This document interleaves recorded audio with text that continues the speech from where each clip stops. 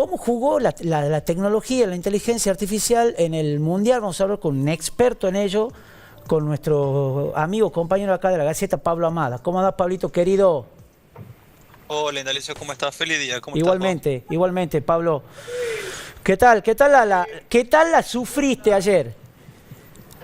No, la verdad que mal, la padecimos, pero bueno, ¿Qué va a ser? siempre hubo expectativa e ilusión hasta el último minuto. Así es, así es. ¿Qué Bueno, va a ser?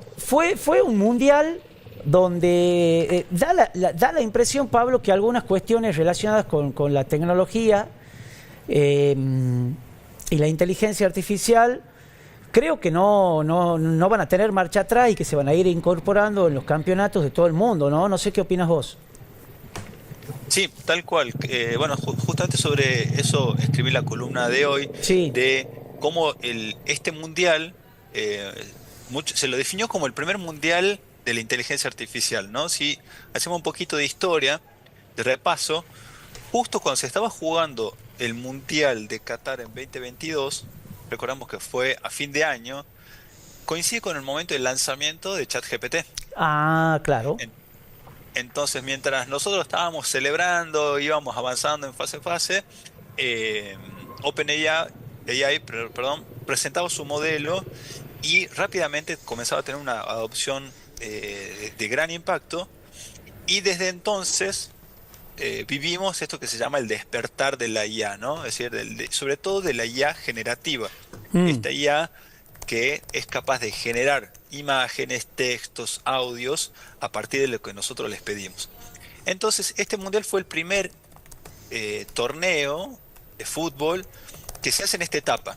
Entonces, por eso es que hemos sido testigos de un gran despliegue tecnológico y sobre todo de datos, ¿no? Hemos visto, por ejemplo, simulaciones en 3D de, por ejemplo, de los offside o de las revisiones del VAR casi inmediatas, ¿no? Es decir, recordemos, había una jugada dudosa y después el VAR nos mostraba simulaciones.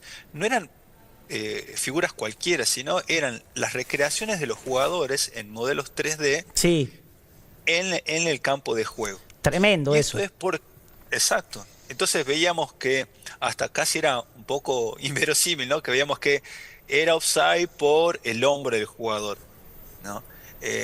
Era, no sé, o si estaba bueno, esta simulación también, Ahí ¿no? se De ve. las recreaciones de los jugadores o de las jugadas que parecían videojuegos, ¿no? Y que esto además se hacía casi en tiempo real.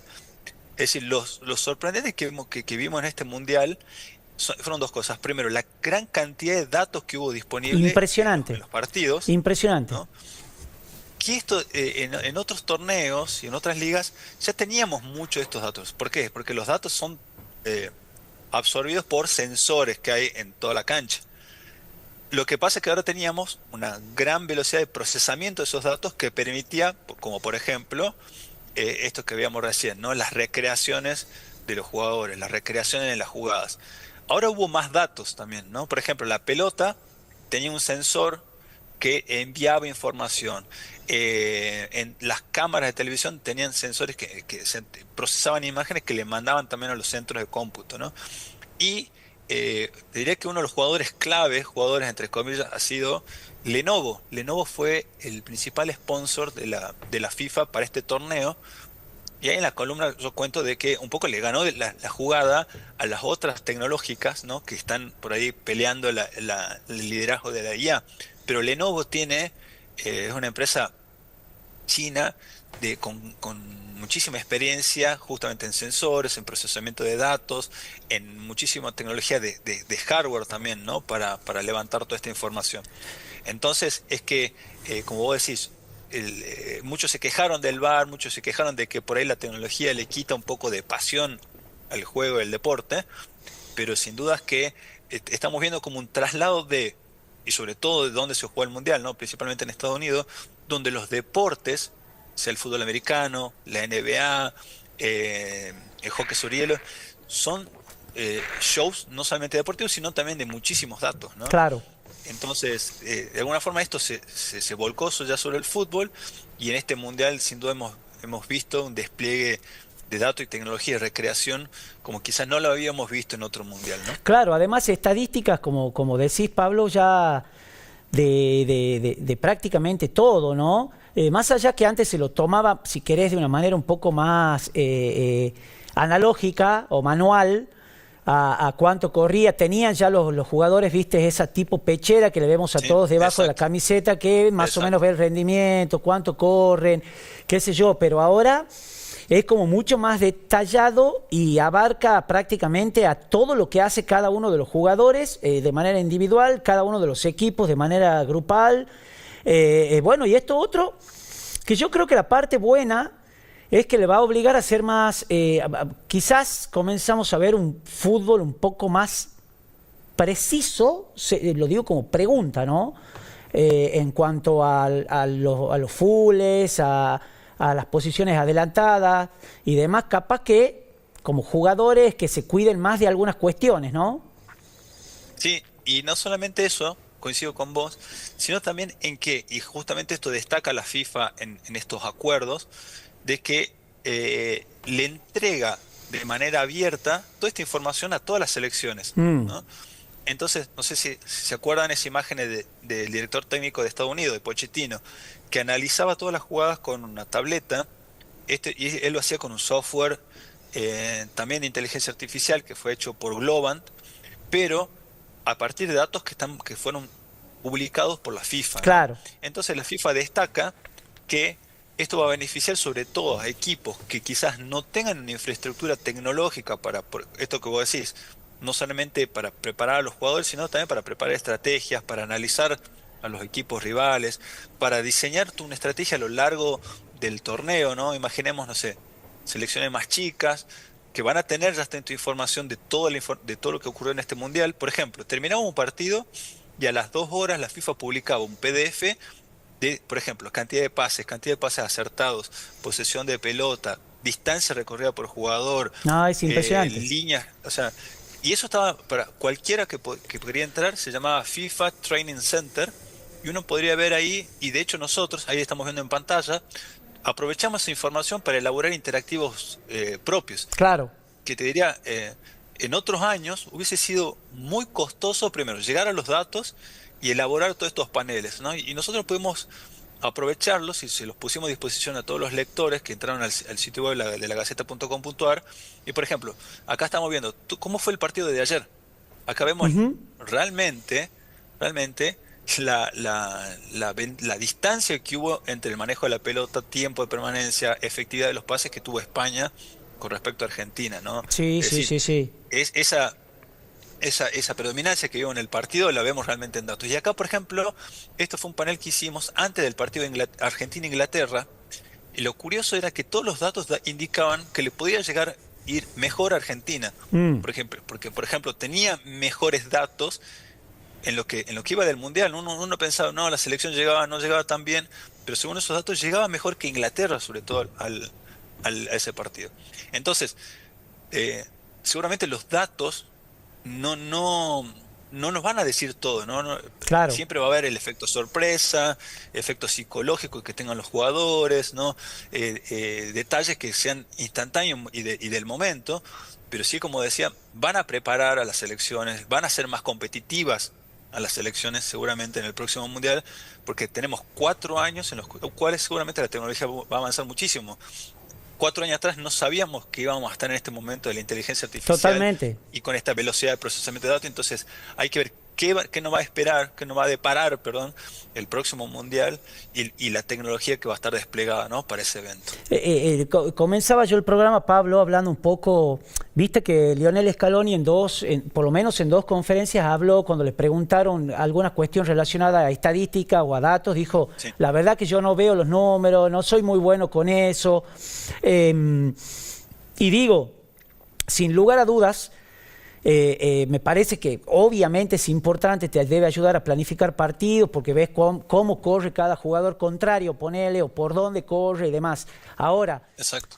y si querés llevando un paralelismo con lo que fue Pochettino, que tuvo muy buenos partidos la Ujú. selección de Estados Unidos, pero que quizá le faltó ese extra, sumado a eso que tenía ese extra de jugadores distintos, que por ejemplo a Argentina, trasladando a la selección argentina, le permitió llegar a la final. Capaz sin grandes rendimientos colectivos, pero con algunos diferentes. Messi en varios partidos, los pelotazos, los tremendos tiros de Enzo, qué sé yo, que le permitió llegar, ¿no?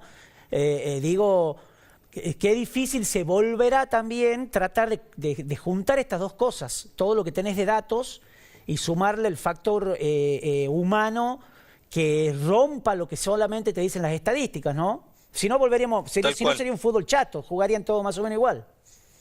Bueno, mira, hay un concepto que desde hace un tiempo se usa que se llama human in the loop. Human in the loop quiere decir el hombre en el medio, o sea, la decisión humana tiene que estar en el medio de todos estos procesos. Claro, ¿no? claro. Es decir, los datos per se no sirven de nada si no hay una persona que los interprete, los asimile, le dé un sentido. Y también, obviamente, imagínate, trasladar esto a los jugadores. Por ¿no? supuesto. Es decir, y cómo un técnico puede tomar decisiones a partir de un conjunto de datos. Y que los datos por sí no significan nada hasta que uno los interpreta. Absolutamente. ¿no? Y le da un sentido y una estrategia. Ahí creo que reside lo que vos decís, de cómo realmente entonces termina impactando lo que te puede dar la tecnología en el campo de juego, donde ya hay también un componente de azar bastante importante, ¿no? Totalmente.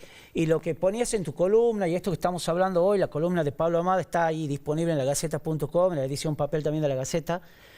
Mientras hablabas, Pablo, ¿te acordás que hasta no hace mucho, algunos años atrás íbamos a congresos de periodismo Sí. o leíamos artículos y donde hablaban de la importancia de saber analizar de la Big Data, del análisis de datos masivos, y de que había que aprender a hacer eso, contratar empresas de la Big Data, y hoy la inteligencia artificial, fin de ello, ¿no? O sea, es algo que te lo hace la inteligencia artificial, bien entrenada, dándole los parámetros correctos, y aquello que era todo un laburo que pensábamos que íbamos a tener que meternos, aprender, o contratar una empresa que lo haga, te lo hace la IA, en gran medida.